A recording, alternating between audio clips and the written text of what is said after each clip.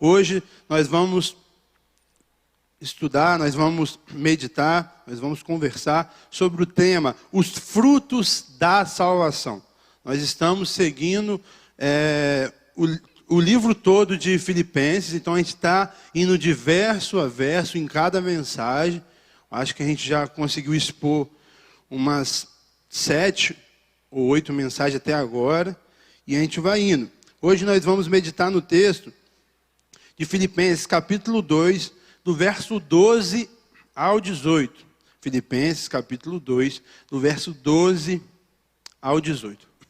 Que você possa entender de todo o seu coração, meus irmãos, os frutos da salvação. A salvação não é uma conquista do homem, mas é um presente de Deus. A salvação sempre foi e sempre será pela graça de Deus. Eu e você, nós não merecemos e nós nunca vamos merecer. A salvação nunca será pelas obras. A salvação nunca será pelos frutos. Mas por que, gente, você vai falar então sobre frutos? Por que nós falamos sobre obras? Meus irmãos, algo que eu e você, nós temos que entender, que as obras, que os frutos, são a evidência da nossa salvação, e não a nossa salvação em si. Nós não temos obras para ser salvo. Nós temos obras porque nós já somos salvos. Nós temos bons frutos porque nós estamos em Cristo, que é a videira verdadeira. Amém? Então você tem que entender isso, para você não entender essa pregação como uma salvação meritória, não. Aqui eu estou falando para mim e para você que já somos salvos. E um salvo tem que entender que existem condutas a ser seguidas.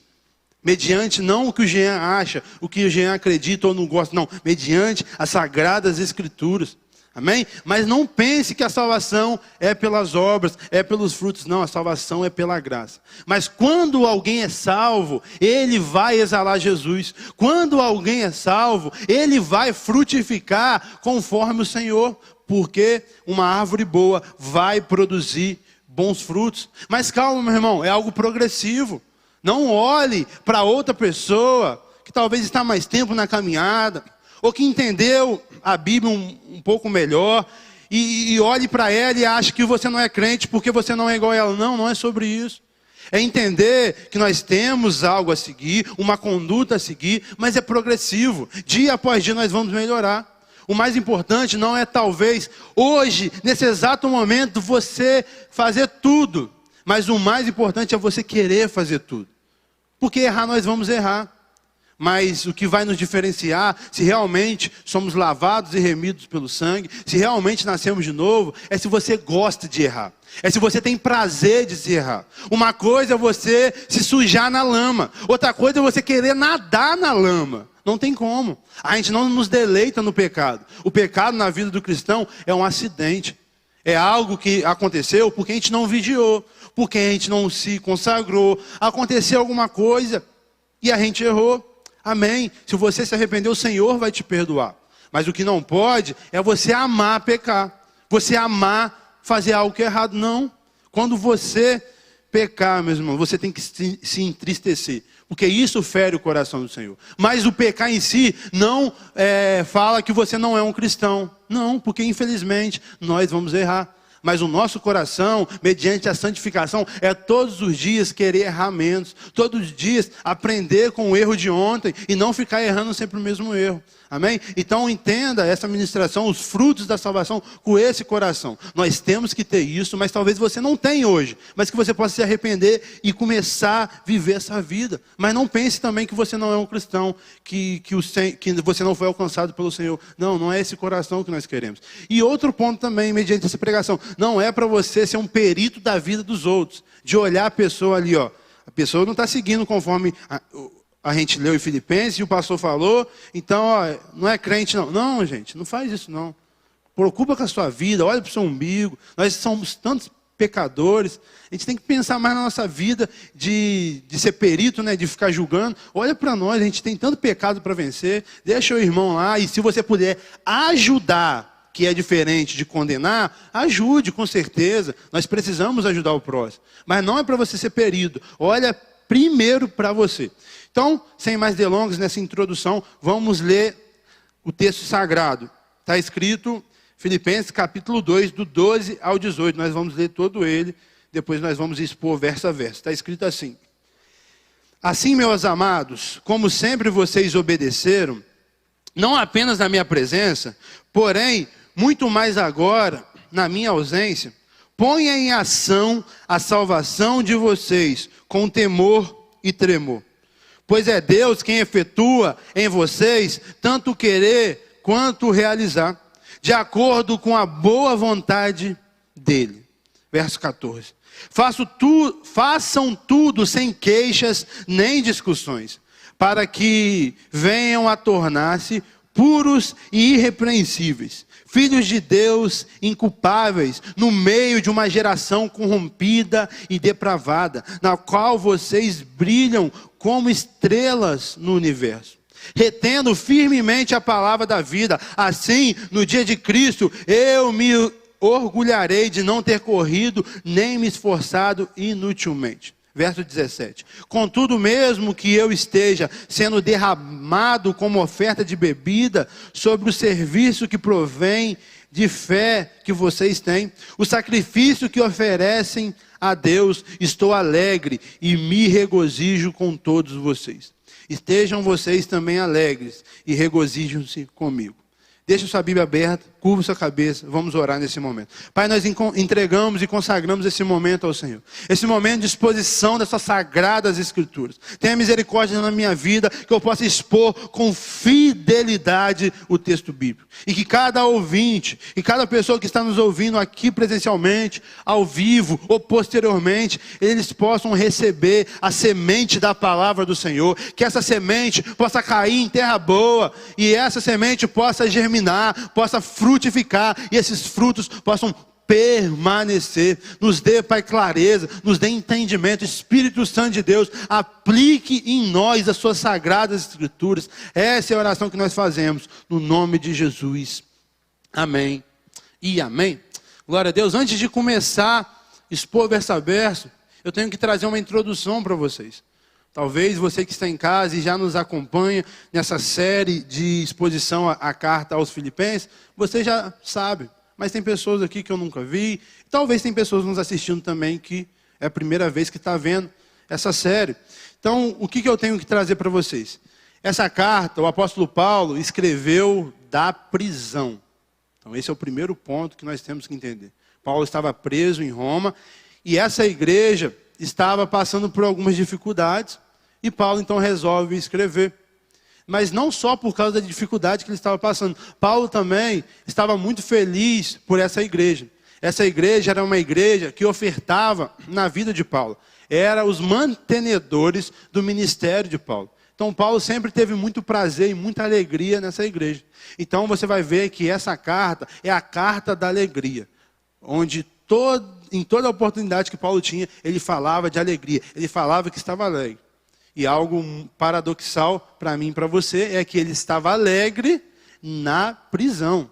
Então, alegria não é geografia, não é onde você está, mas em quem você está.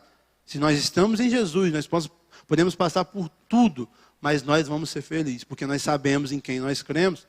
E aí ele escreve então para agradecer as ofertas, mas escreve também para eles entender que o cristão tem que ter unidade um com o outro. Essa igreja é uma igreja que entendia sobre ofertar, sobre dizimar, sobre contribuir. Eles pregavam o evangelho, mas eles não estavam unidos. Eles estavam um brigando com o outro. E olha mais uma observação. Paulo estava preso. Essa igreja estava solta.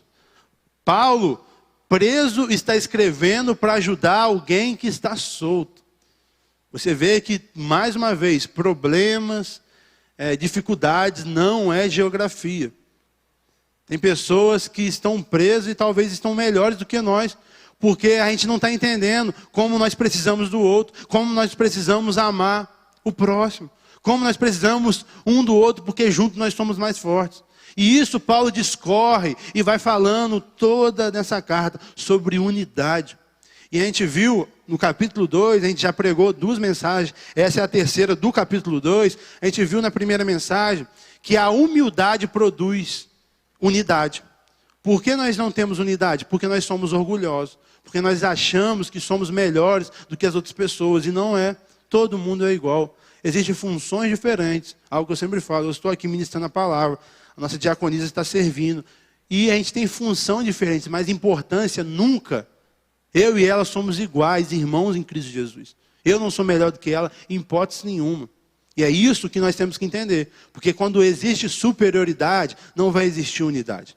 E aí depois Paulo começa a discorrer, do verso 5 ao verso 11, que foi a última mensagem que a gente pregou, sobre o exemplo de Cristo Jesus.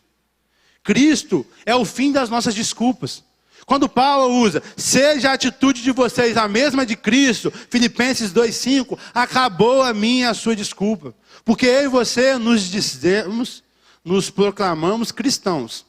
E cristão significa pequenos cristos. Pequenos cristos é pessoas que seguem e imitam os passos de Cristo. Então a nossa referência, o nosso modelo é Cristo Jesus. Então nós temos que viver como Ele. E se Cristo, sendo Deus, Ele foi humilde, quem é o Jean para achar que não pode ser humilde? Se o próprio Deus não foi prepotente, não foi orgulhoso, como o Jean pode achar que pode ser orgulhoso e prepotente? Não existe, não cabe isso no cristianismo. Soberba, prepotência, isso não combina com Jesus. E aí Paulo discorre. E aí sim, nós chegamos no verso 12 e nós vamos até o verso 18. Verso 12 está escrito assim: assim, meus amados, como sempre vocês obedecem, como sempre vocês obedeceram, não apenas na minha presença, porém muito mais agora na minha ausência. Primeiro ponto.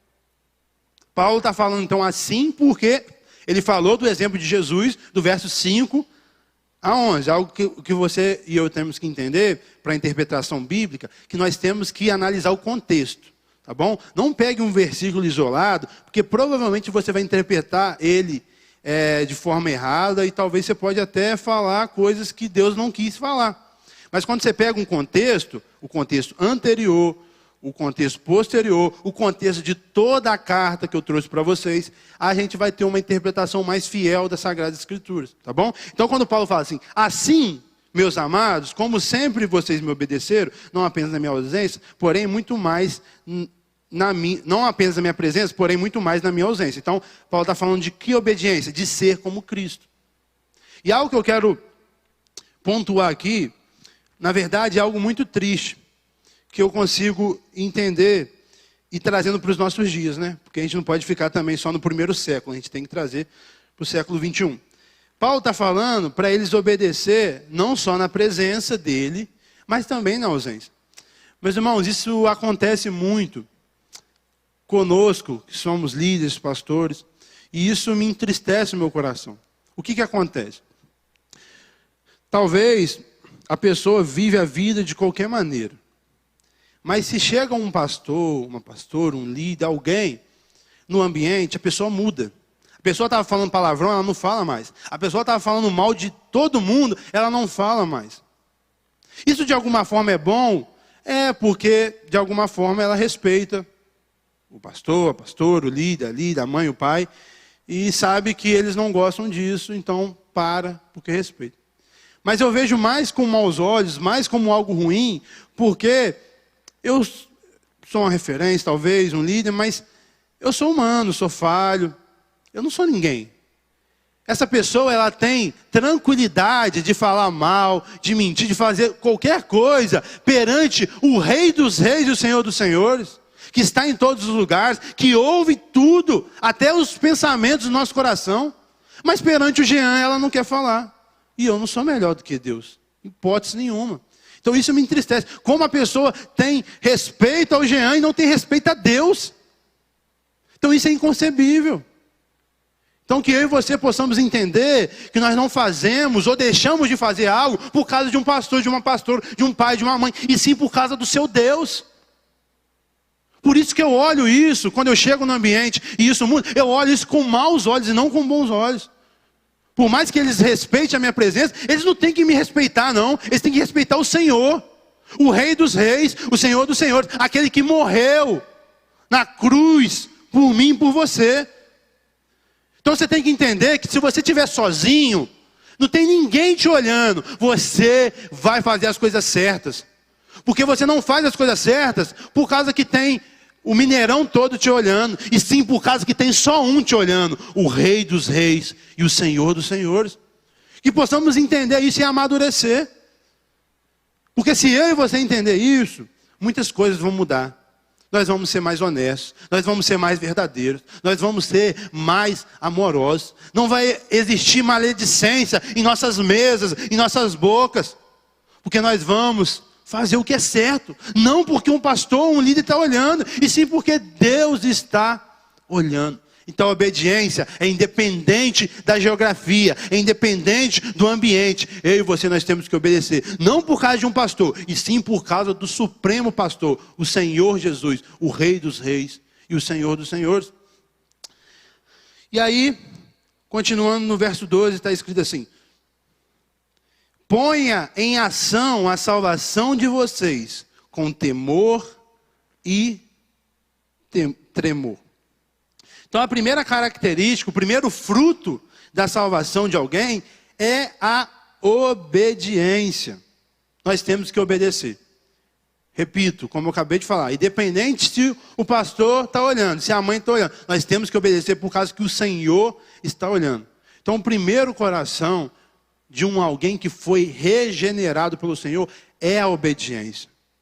Se você não consegue, se você está tendo dificuldade, se arrependa nessa manhã e volte seu coração ao Senhor. Entenda que essas palavras não são palavras meramente de Paulo, de Lucas, de Davi, elas são palavras de Deus. A Bíblia, de capa a capa, é a palavra de Deus. Então tudo que eu ler aqui, é a palavra de Deus. Talvez eu possa falar algo errado, eu possa interpretar errado. E aí, se eu não tenho responsabilidade com isso, não precisa seguir. Mas o que eu leio aqui é a palavra de Deus. É o próprio Senhor falando com você. Muitas pessoas vão à casa de Deus aí, e aí onde tem uma igreja que está revelando, as pessoas estão indo atrás. Sendo que a revelação já está toda aqui nas Sagradas Escrituras. Então, quando você lê aqui uma palavra, uma frase, é o próprio Deus soprando e falando ao seu ouvido. Então essa palavra não é do Jean, mas do Senhor. E o Senhor vê como fruto da minha e da sua salvação a obediência. Que possamos obedecer ao Senhor. Outra coisa que a gente vê aqui ainda no verso 12: ponha em ação a salvação de vocês com temor e tremor. Então a salvação pela graça e de graça que eu falei, nós não fazemos nada. Tudo o Senhor fez, Ele pagou um alto preço. Ele morreu em nosso lugar, mas nós não fazemos nada, nós só cremos. Mas a salvação pela graça não é uma desculpa para eu e você ficar parado. Mas pelo contrário, é uma motivação para eu e você avançar. Não produz relaxamento, e sim reverência. Então que eu e você possamos botar em ação. Porque uma árvore boa vai produzir bons frutos. Nós não somos salvos por causa das obras, mas nós somos salvos para as boas obras. Um salvo tem que ter obra. Um salvo tem que exalar Jesus. Um salvo tem que ter o caráter mudado, meus irmãos. Por isso que não existe no cristianismo falar que pau que nasce torto nunca se endireita. Não, não existe. Cristo endireita, Cristo muda. Eu sou prova disso. A Bíblia com homens e mulheres é prova disso. Eu tenho certeza que muitas pessoas têm um testemunho de prova disso, de mudança de vida, de caráter, por causa do Senhor, por causa da sua palavra. Então, não fale assim, a síndrome de Gabriela: eu nasci assim, eu vou morrer assim. Isso é o Satanás que está soprando no seu ouvido. O Senhor quer que você seja transformado assim, e transformado. Ele quer te fortalecer. Ele quer que você tenha um caráter de Cristo. Como eu falei, é um processo. Cada dia nós vamos aprendendo. Mas a gente não pode desistir. A gente não pode parar. A gente tem que perseverar e melhorar dia após dia. Amém? Então vamos colocar em ação o que nós falamos. Porque talvez nós falamos muito bonitinho. Nós oramos muito bonitinho. Nós louvamos louvores que a gente nem vive. Nós somos hipócritas. Mas a palavra está falando assim: para de ser hipócrita e viva. Viva uma fé não falada, mas uma fé prática. Porque ser cristão aqui na igreja é muito fácil. Ambiente climatizado, luzes bonitas, cadeira boa, um som bom, uma imagem boa. É muito tranquilo. Mas o Senhor quer que você seja crente, principalmente quando acabar o culto, os presencialmente, ir para casa. Quando você aí desligar a televisão, aí que você tem que ser crente. Não só nesse momento. Porque a vida cristã é na prática.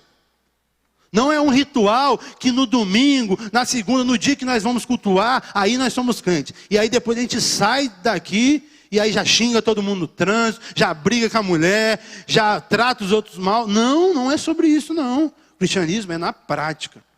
Então ponha em ação a sua salvação. Você que é salvo. Amém? Verso 13. Pois é Deus quem efetua em vocês tanto o querer quanto o realizar, de acordo com a boa vontade dele. Meu Deus, esse versículo é lindo. Ele fala que quem efetua o querer é Deus. E o realizar também é Deus.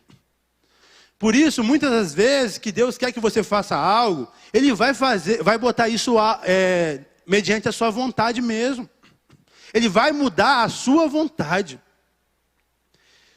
Algo que você tem que perceber se é de Deus ou se não é se essa vontade que está sendo gerada no seu coração é algo pecaminoso. Se for algo pecaminoso, não é Deus, é o diabo, é sua carne, é sua alma.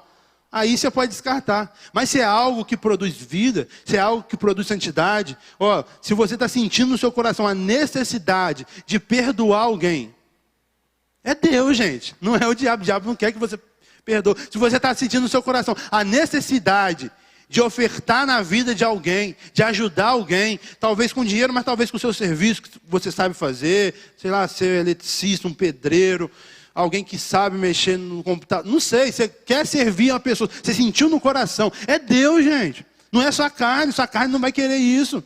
Então é Deus que coloca o querer no nosso coração. Tudo de bom vem dele. Sempre quando eu fizer algo errado, veio do Jean mesmo. Mas sempre que o Jean fizer algo certo, vem de Deus. Eu não consigo produzir virtude. Eu não consigo produzir coisas boas sem Deus. Sem Deus, sem Jesus, eu nada posso fazer. Eu sou totalmente dependente dele. Eu não consigo honrar meu pai e minha mãe, amar minha esposa como ele amou a igreja, sem ele. Por isso, meu irmão e minha irmã, você que ama o Senhor e quer viver uma vida íntegra, se você não orar, se você não ler a palavra, se você não estiver ingresso numa igreja que vai te edificar, provavelmente você não vai conseguir viver isso. Porque sem o Senhor, você não consegue. Você pode ter uma educação maravilhosa, você pode ter um intelecto, um QI altíssimo, mas você precisa do Senhor, porque o homem sem Cristo, ele é mau. Ele é mau. Ele não vai querer fazer o que é bom. Talvez ele consiga até fazer uma coisa ou outra, mas em plenitude, no coração, que estão os nossos maiores pecados, nós não conseguimos. Mas com Cristo nós conseguimos se reinventar, renovar a nossa mente. Então você tem que entender que até para você fazer o bem, vem do Senhor. E Ele coloca o querer e também o realizar. Então o querer que Ele colocou no seu coração, Ele vai te ajudar. Se for perdoar, Ele vai te ajudar, Ele vai te dar uma oportunidade, Ele vai te dar uma mansidão. Se for abençoar alguém, Ele vai te dar dinheiro, Ele vai te prosperar para você compartilhar. Porque como nós oramos, em Mateus 6, a oração do Pai Nosso, o pão nosso de cada dia. Então Deus vai te dar o pão para você compartilhar com outras pessoas. Então é isso. Amém? Então entenda que Deus coloca o querer no meu e no seu coração. Porque o bem não vem de nós, só vem dele. E no realizado bem, Ele vai nos ajudar. Ele está no nosso lado, até a consumação do século. Amém? Você não está sozinho. Verso 14. Meu Deus, agora vai vir para as coisas mais práticas. Está escrito assim: façam tudo sem queixas nem discussões. Meu Deus. Agora o apóstolo Paulo está começando a apertar a nossa vida aqui. Como assim, apóstolo Paulo? Fazer tudo sem queixa nem discussões? Sim, meus irmãos.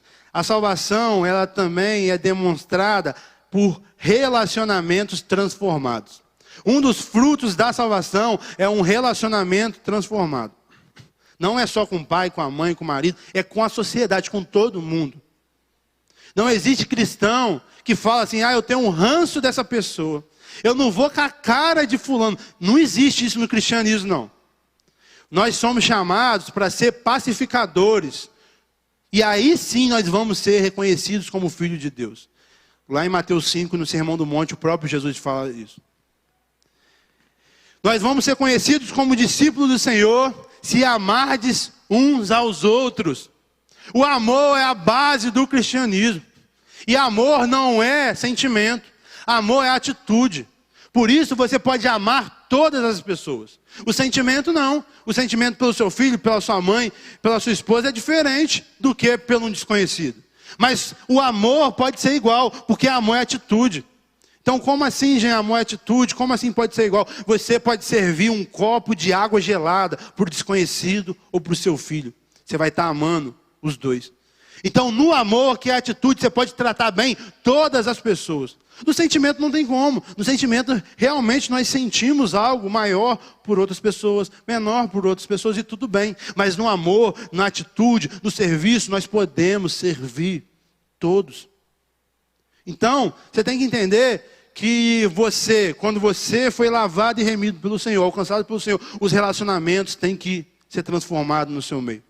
Como eu falei no começo, progressivo. Talvez você não consegue conversar ainda com a pessoa que te machucou. Mas hoje você já está pensando em perdoar. E aí você vai, em nome de Jesus, conseguiu perdoar. E aí, o nome de Jesus, Deus vai te dar a graça para você conseguir conviver. Porque é isso que o cristianismo faz. Qual é o exemplo disso, Jean? Próprio Jesus. Eu e você, nós ferimos Ele. Nós pecamos contra Ele. Ele que era o ofendido, Ele veio sem o ofensor que somos eu e você pedir. E morreu em nosso lugar para pagar o preço, para pagar a nossa dívida, o nosso problema. Ele foi e resolveu. E Ele não só resolveu e ficou lá no céu e a gente aqui na terra, sem relacionamento não. Ele restaurou o relacionamento. Então com Jesus nós aprendemos que quando nós tivermos algum problema com alguém, além de perdoar, nós temos que restaurar o relacionamento. Isso que é cristianismo. É desafiador, Jean? Com certeza. É difícil? Com certeza. Não estou falando mentira aqui. Não estou falando que é a coisa mais tranquila do mundo, que você vai acordar num belo dia, aquela pessoa que me deveu, que tá me devendo, eu vou perdoar a dívida e vou emprestar mais dinheiro. Eu não estou falando que você vai fazer isso não, meus irmãos. Mas você tem que entender à luz das Escrituras o que o nosso Senhor nos ensina. E não viver segundo filosofias, psicologias, autoajudas desse mundo, que fala, não precisa perdoar não. Não precisa conviver não. Pode mesmo ter ranço. Isso é o Satanás que está falando para você e não o Senhor. Então mesmo sendo desafiador e difícil, eu concordo com você, mas é as Sagradas Escrituras. Então que o Senhor, Ele vai colocar o querer no seu coração e o efetuar. E você primeiramente vai conseguir perdoar. Depois você vai conseguir, no almoço lá de família, sentar junto. Depois você vai conseguir começar um diálogo breve. E para a glória de Deus, esse relacionamento que foi quebrado por erro das duas partes, vai ser restaurado.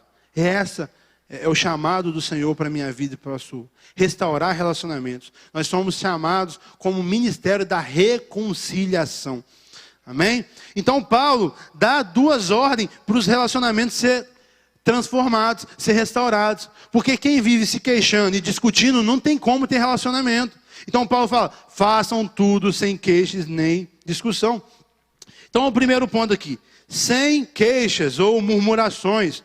E Paulo, ele que era um fariseu antes de se converter, era alguém que sabia tudo da lei. Paulo está se remetendo nesse momento, provavelmente, ao povo no deserto, que foi tirado do Egito e murmurou 40 anos no deserto, contra Moisés e contra Deus. Eles chegaram ao ponto de ter a audácia de desejar voltar para o Egito. Talvez é eu e você. Porque alguém falou que vir para Cristo, você vai ficar milionário, você vai não ter doença mais. Primeiro ponto, mentiram para você. E aí você quer voltar para o mundo por causa disso, porque você está passando por prova. Não, meu irmão. Você está no melhor lugar. Você vai ter dia difícil. Provavelmente você não vai ficar rico por causa disso. Se você for ficar rico, é porque você vai trabalhar, se capacitar, e não por causa que você é crente. Mas, independente, o mais importante é estar em Cristo. Ele que nos dá a paz, que excede o entendimento. A paz em meio à guerra. Talvez a gente está doente, a gente está com uma crise financeira, mas a gente tem uma paz que talvez o bilionário não tem. Então pare com isso. Pare de murmurar como o povo no deserto. Quando eu leio a narrativa do povo no deserto, eu fico tão bravo com eles. Mas depois o Senhor ministra no meu coração, fala que nós somos iguais a eles. Porque nós reclamamos de tudo, nada está bom. Se a gente fizer uma conversa aqui para ver o que a gente pode melhorar na igreja, cada um vai ter uma ideia. E aí se a gente fizer a votação de cada ideia, só vai estar satisfeita a pessoa que a ideia dele ganhou. A dos outros que ganhou, até sai da igreja. Olha a nossa mentalidade, meus irmãos. Olha como nós somos partidaristas. Olha como nós só pensamos em nós mesmos. Mas que Deus tenha misericórdia na nossa vida. Então, mediante essa passagem, mediante o apóstolo Paulo, nós temos que fazer tudo sem murmuração. Não é uma coisa, não é outra coisa, é tudo. Aqui não tem espaço para você fugir pela lacuna. É tudo. E em Filipenses 2,5, como eu já pincelei aqui hoje, já preguei em outra oportunidade, o apóstolo Paulo fala, seja a atitude de vocês a mesma de Cristo. Então, se a nossa atitude tem que ser a mesma de Cristo, eu te faço uma pergunta e te levo a refletir comigo nessa manhã. Você viu algum momento na narrativa bíblica dos evangelhos, onde narra a vida, a morte e a ressurreição de Cristo, ele murmurando? Eu nunca vi. Se você achou esse versículo aí, me mostra aí para eu ver. Eu nunca vi Jesus murmurando. Já vi Jesus até irado lá no templo, Jesus angustiado por causa que ia se separar do Senhor ali no ato da morte. Eu vi Jesus em várias coisas, tendo fome, chorando, vários sentimentos, porque ele foi 100% humano. Então tudo que nós passamos, ele passou. Mas murmurar, você não vai ver. Porque murmurar não é uma característica de ser humano. Murmurar é uma característica de alguém que está pecando, porque murmurar não é sobre humanidade. Murmurar é sobre carnalidade, é sobre pecado. Murmurar, sabe o que é murmurar, meus irmãos? É você falar que no lugar de Deus você fazia melhor. Olha como nós somos malucos. Como eu e você, pecadores, falhos, somos limitados. Como que a gente vai fazer alguma coisa melhor do que o Senhor? Quando você fala que você não está tendo tempo para nada, você está falando que Deus fez 24 horas errado. Ele tinha que ter feito 30. De vez de você reconhecer que você não está organizando a sua agenda como deveria, você está colocando a culpa de Deus. Porque o dia, nossa, passa muito rápido, quando eu pisco. Não, é você que não organiza você. O Senhor fez 24 horas exatamente como deveria ser, perfeitamente. Então pare de murmurar, pare de se queixar com o mundo, com Deus e com as pessoas. É tão inconveniente estar com alguém que só reclama. Só senta para reclamar e fala, reclama de nada tá bom, o governo não tá bom, o país não tá bom, o clima não tá bom, se chove tá ruim, se não chove também tá ruim, se faz frio tá ruim, se faz calor. Meu Deus! Que eu e você possamos nos arrepender e mudar essa atitude. E é fazer não só uma coisa, não só a obra, não só a pregação, não, é fazer tudo sem murmuração. E o outro ponto é fazer tudo sem discussões. Nós só conseguimos fazer isso se eu e você formos humildes. O soberbo não consegue. O soberbo quer discutir por causa de tudo. Tudo. Ele não leva desaforo para casa. E no cristianismo nós somos chamados para levar tudo que for para casa. Porque nós somos pacificadores. Nós andamos a segunda milha. Se alguém nos pedir a capa, nós damos a túnica. Se alguém ferir a face direita, nós damos a esquerda. Eu e você, nós temos que entender esses princípios.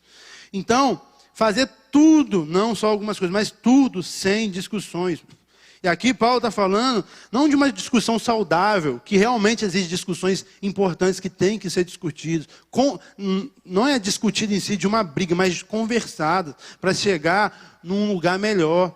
Porque na multidão de sábios há conselho, nós conseguimos aprender um com o outro. Isso é unidade. Mas aqui Paulo está falando de discussão mesmo, de debates, de disputas, de um contra o outro, de contendas. E qual momento, meus irmãos, você viu o Senhor fazendo isso? Ele discutindo. Eu vejo pelo contrário, Jesus deixando de responder algumas pessoas, Herodes, Pilatos. Ele ficava quieto. E quando alguém falava alguma coisa, ele falava, tu dizes. Ele ficava quieto, ele sabia quem era, ele sabia a missão que ele tinha. E é esse sentimento que nós temos que ter. Parar com essas brigas. Verso 15, na parte A está escrito assim, façam tudo sem queixas e sem discussões. Aí continua o verso 15. Para que venham a se tornar-se puros e irrepreensíveis, filhos de Deus, inculpáveis no meio de uma geração corrompida e depravada.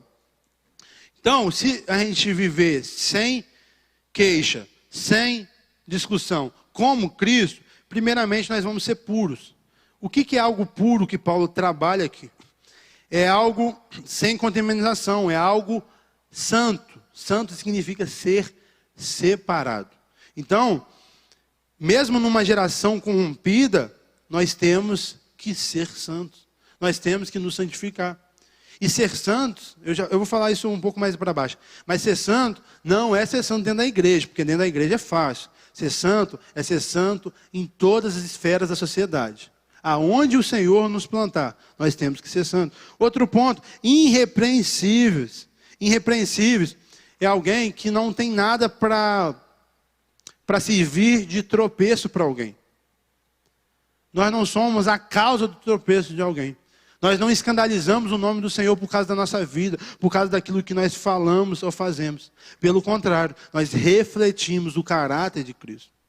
E o outro ponto aqui desse verso 15 é filhos de Deus, inculpáveis no meio de uma geração pervertida.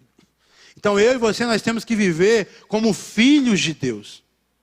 Você tem que entender que você é filho, você tem que ter uma identidade. Você foi lavado e remido pelo sangue do Senhor. Um dos frutos da salvação é entender que você é filho. Você não é órfão. Você é um filho de Deus. O filho do Rei dos Reis e o Senhor dos Senhores.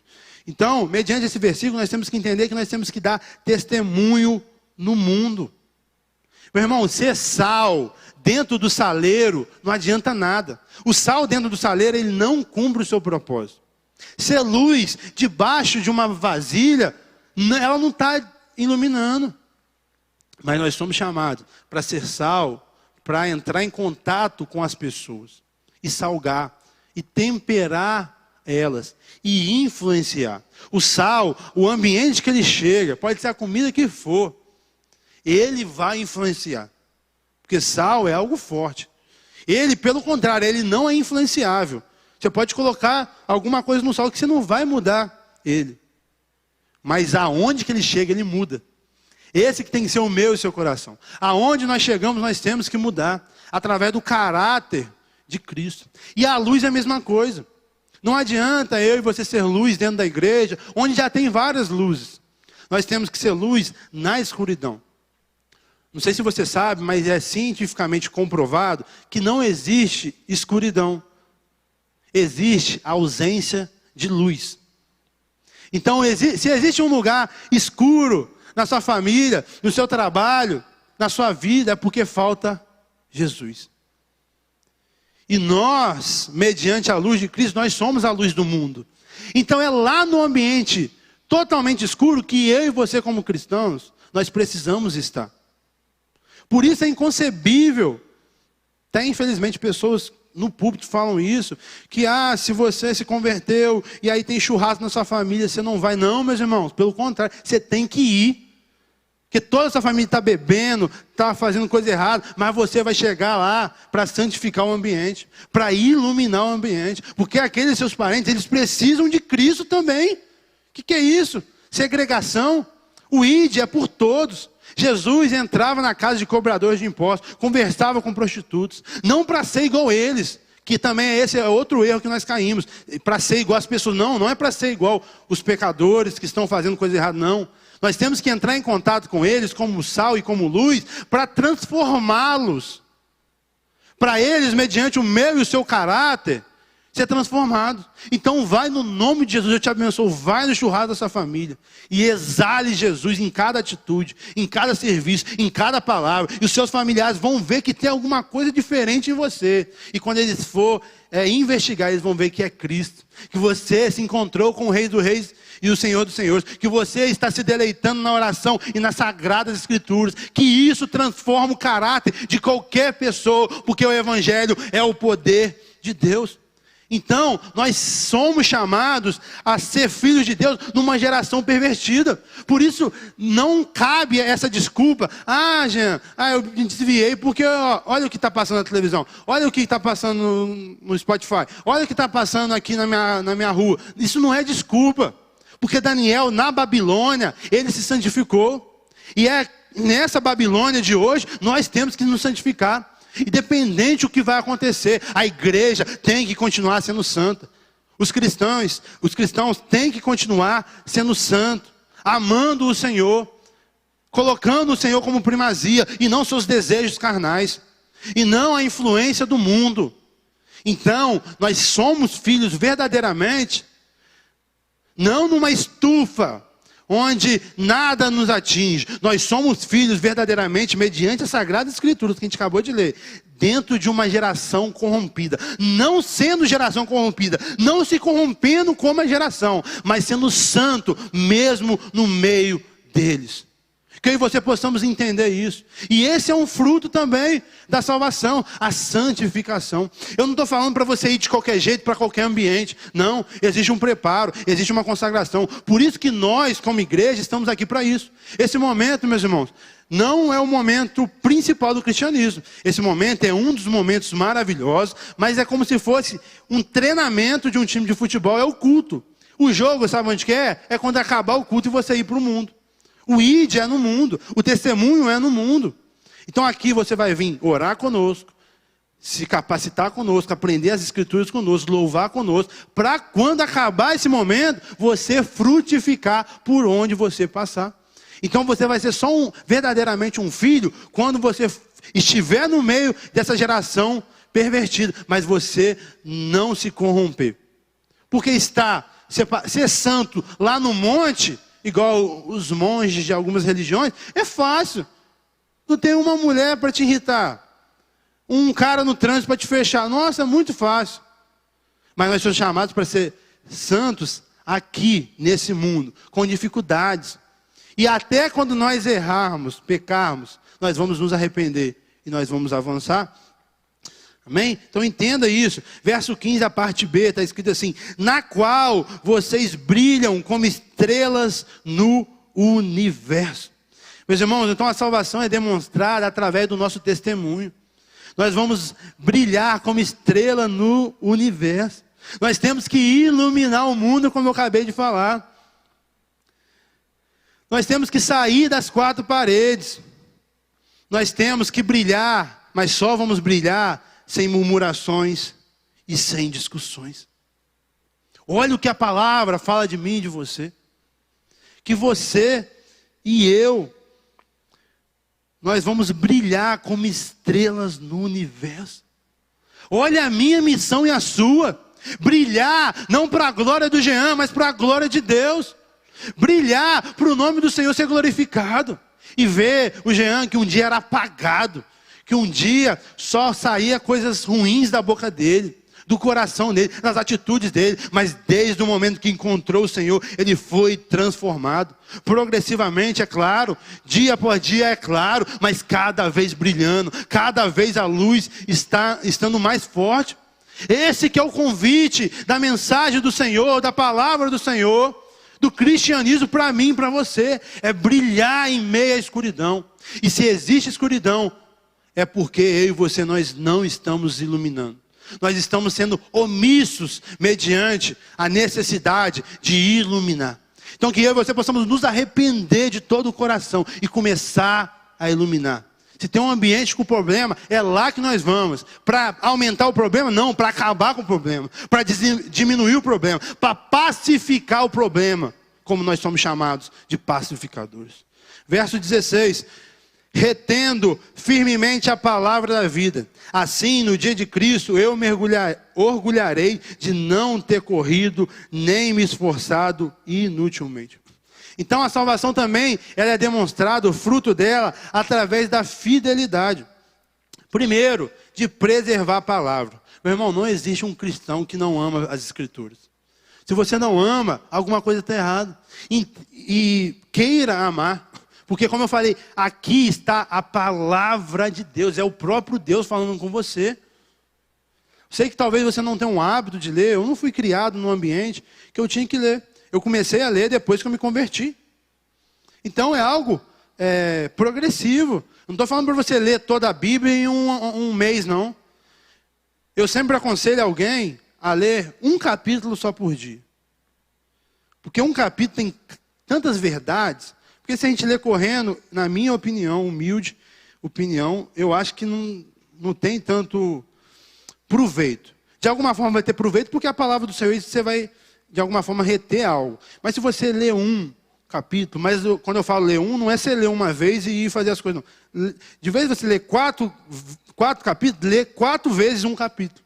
E aí você vai entender cada verdade. Igual, no capítulo 1, nós pregamos 5 mensagens. No capítulo 2, essa é a terceira e nós vamos pregar mais uma, 4 mensagens. Olha as verdades que tem em cada vírgula, em cada palavra, porque é a palavra de Deus. Se fosse a palavra do Jean, não ia ter tanto efeito assim. Mas como é a palavra de Deus, tem tantas verdades aqui que nós nos deleitamos nela. Então, uma característica de alguém que é salvo, um fruto é amar a palavra. Se você não tem talvez a paciência, a aptidão, que você possa, a partir de hoje, tomar atitudes, e mesmo que seja por pouco, começar a ler a palavra no nome de Jesus. Mas não só ler a palavra, também proclamar a palavra para o mundo. O mundo precisa da palavra do Senhor. A palavra do Senhor é viva e eficaz, mais cortante do que espada de 2 gumes. E além da palavra, o verso 16 fala que Paulo, no dia de Cristo, ia se orgulhar dessa igreja. Então o que nós temos que entender? Que eu e você, nós temos que trabalhar, pregar, brilhar, deixar de murmurar, enquanto há tempo. Porque o julgamento vai chegar para todo mundo, meus irmãos. E nós vamos ter que prestar conta de cada coisa que a gente fez e cada coisa que a gente não fez. De cada dom e talento que Deus te deu e você não fez. Da sua família que Deus te colocou, não por um acaso, e sim por um propósito, que você foi omisso, de vez de frutificar e brilhar lá. Então o dia de Cristo vai chegar para todo mundo. Salvação não, a salvação é pela graça. Esse tribunal aqui é para você receber galardão. Ou para deixar de ser exortados. E essa exortação, meus irmãos, não é sobre, como eu falei, de perder a salvação. Mas sobre decepcionar o seu Deus. Sobre alguém que é o Rei dos Reis, te confiar algo e você não fazer. Algo que eu já falei aqui. Se o presidente, se o governador, se o prefeito te confiar algo, você vai ter você vai fazer com um privilégio, com um sorriso, porque eles são figuras importantes na nossa sociedade e te confiou. Mas não foi nenhum deles que te confiou isso. Quem te confiou para você brilhar, não murmurar, não discutir, foi o Rei dos Reis, o Senhor dos Senhores. Então nós vamos cumprir, não para ser salvo, ou porque se a gente não cumprir, a gente vai perder a salvação. Não é sobre isso, é sim sobre agradar aquele que nos amou, aquele que nos deu a salvação de graça. É isso, é sobre isso. Por isso que eu não quero decepcioná-lo, por isso que eu quero cumprir tudo que ele preparou para mim. Amém? Então você tem que entender que nós vamos dar conta dos frutos que ele preparou para mim e para você. Verso 17 está escrito assim: contudo, mesmo que eu esteja sendo derramado como oferta de bebida, sobre o serviço que provém da fé que vocês têm, o sacrifício que oferecem a Deus, estou alegre e me regozijo com todo você. Paulo, então, era um homem pronto a morrer por causa do Evangelho. Então, essa é uma característica de alguém que é salvo, pronto para morrer por Jesus. Talvez você não vai morrer fisicamente, porque no Brasil nós não somos perseguidos com a vida. Mas sabe o que você vai morrer? Você vai morrer o seu ego, e você vai entender que você tem que perdoar alguém. Você vai morrer os seus desejos carnais de fazer algo que é errado biblicamente. Você vai morrer. Você vai morrer talvez um tempo que você ia fazer um lazer para se dedicar à oração e à palavra do Senhor. É isso que nós vamos morrer trazendo para o nosso dia, porque fisicamente nós não somos, glória a Deus, perseguidos e nós não vamos morrer. Mas o que pode morrer dentro do Jean? Dentro das carnalidades? Ou dentro das coisas até lícitas do Jean, mas que eu vou deixar de fazer para o nome do Senhor ser glorificado, para a missão do Senhor ser feita. Então entenda isso. O que pode morrer na minha vida e na sua por Cristo? E o verso 18. Estejam vocês também alegres e regozije comigo. A entrega de Paulo aqui, Paulo estava preso, como eu falei no começo, e provavelmente poderia morrer. Império Romano. Mas Paulo não estava vendo a sua entrega como algo triste, e sim como algo alegre. Paulo mostra alegria mesmo estando perto da morte. Suas palavras perto da morte não são de revolta, nem de lamento. Olha, como nós somos pecadores, meus irmãos. Alguém perto da morte, uma morte não justa. Paulo não roubou ninguém. Como tem pessoas presas justamente. Não, uma morte injusta. Paulo só estava preso por pregar o Evangelho. E mesmo assim ele não murmura. Mesmo assim ele não lamenta. Porque ele confia que o Senhor está no controle de todas as coisas. Porque ele confia que o Senhor que é o dono da vida dele. Porque ele sabe que se ele está lá preso, existe um propósito. E nós vemos claramente o propósito na história. Paulo escreveu 4 cartas da prisão. Se ele não estivesse preso, ele não escrevia. Paulo pregou para todos os soldados romanos em 2 anos. Se ele não estivesse preso, ele não pregava. Paulo entendia que o Senhor está no controle, que tudo tem um propósito. Então como que eu e você possamos reclamar em todas as oportunidades que nós temos, murmurar de tudo e de todos? Não, meus irmãos. Deus quer que eu e você nos alegremos, que sabemos que Ele está no controle. Romanos 8, 28, e sabendo que todas as coisas cooperam para o bem daqueles que amam o Senhor. Todas as coisas significa todas as coisas. São as coisas ruins e as coisas boas. Ela está contribuindo para o bem. As coisas ruins para você aprender, as coisas boas para te fortalecer.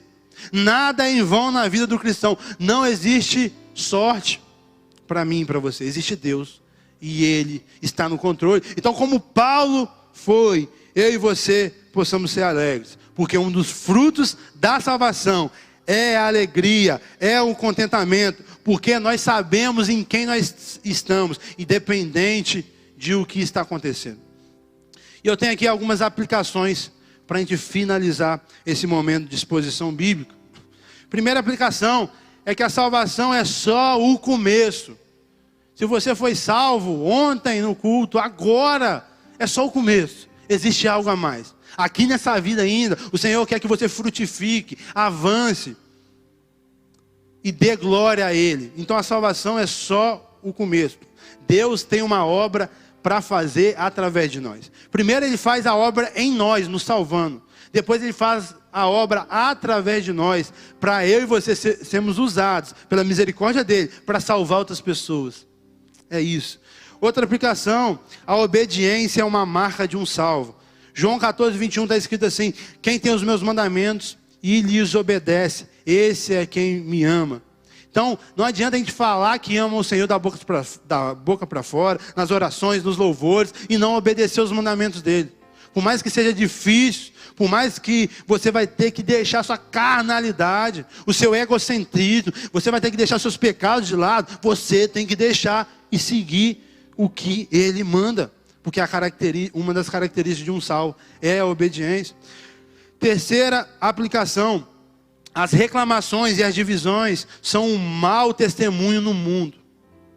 Toda vez que você está reclamando de Deus e o mundo, você está dando um mau testemunho. Porque provavelmente você está reclamando com alguém. E aí você está reclamando. Tem gente que, meu Deus, que reclama da igreja com um não crente.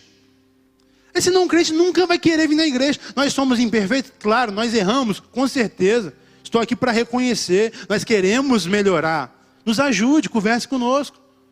Mas é inconcebível você reclamar de algo da igreja com alguém que não quer a igreja. E a nossa oração é que eles possam ser alcançados. A nossa oração é que o Senhor possa entrar no coração deles. Aí você está dando armas, entre aspas, oportunidade para eles odiar a igreja. E aí tem pessoas que odeiam a igreja, não por causa que viu alguma coisa, e sim por causa de um crente que falou mal da igreja. E quando você fala mal da igreja, você não está falando da igreja, você está falando de um indivíduo que falou alguma coisa aqui, ou fez alguma coisa nos bastidores que não te agradou. Não é um todo. Não é tudo que está errado por causa de uma atitude, não.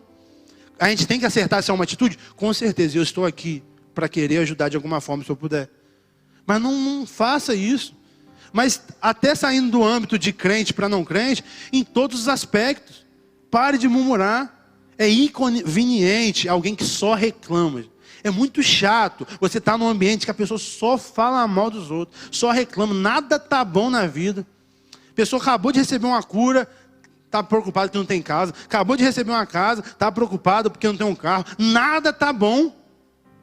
Que Deus tenha misericórdia na nossa vida, porque isso é um mau testemunho para o mundo. Quarta aplicação: a nossa recompensa será somente na volta de Cristo. Meus irmãos, a gente pode receber alguns mimos aqui na terra, mas a nossa verdadeira recompensa, o nosso verdadeiro galardão está na eternidade. Está em estar com o Senhor na Nova Jerusalém. Então não espere recompensa de homens, aplauso de homens. Não espere não. Faça o que o Senhor te chamou com fidelidade nas Sagradas Escrituras. E a sua recompensa virá. Porque quando você recebe aplauso de homem, a sua recompensa já veio, segundo o próprio Jesus. E o quinto e última aplicação é: se alegre por estar em Cristo, independente do que você está passando. Cristo é a fonte da nossa alegria. Paulo, preso, injustamente, estava alegre. Como eu e você podemos falar que nós não estamos? Se nós não estamos alegres é porque nós não entendemos o que é felicidade. Porque talvez a sua base de felicidade está nas mídias sociais, está na cosmovisão do mundo, no senso comum da sociedade. Aí você realmente não vai ser feliz. Mas se você entendeu a felicidade mediante as Sagradas Escrituras, todo cristão tem que ser feliz. Porque a felicidade do cristão é ultra circunstancial. É independente da circunstância, nós estamos felizes. Não é porque não tem problema, não é porque não tem escassez, não é porque não tem doença. Nós estamos felizes porque nós estamos em Cristo Jesus. E podemos todas as coisas naquele que nos fortalece. Todas as coisas significa que você pode passar fome ou você pode ter um banquete. Você pode todas as coisas. Porque quem te fortalece não é comer muito ou não comer nada. É o Senhor Jesus. Então entenda, homem e mulher de Deus que está aqui, que está nos assistindo. A sua felicidade está em Cristo Jesus. Amém? Então que essa palavra ela possa nortear a sua vida.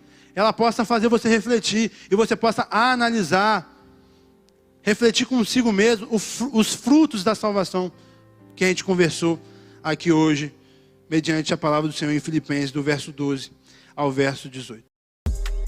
Sempre é um prazer inenarrável estar com você. Curta, comente, compartilhe esse vídeo e se inscreva no nosso canal. Que Deus te abençoe.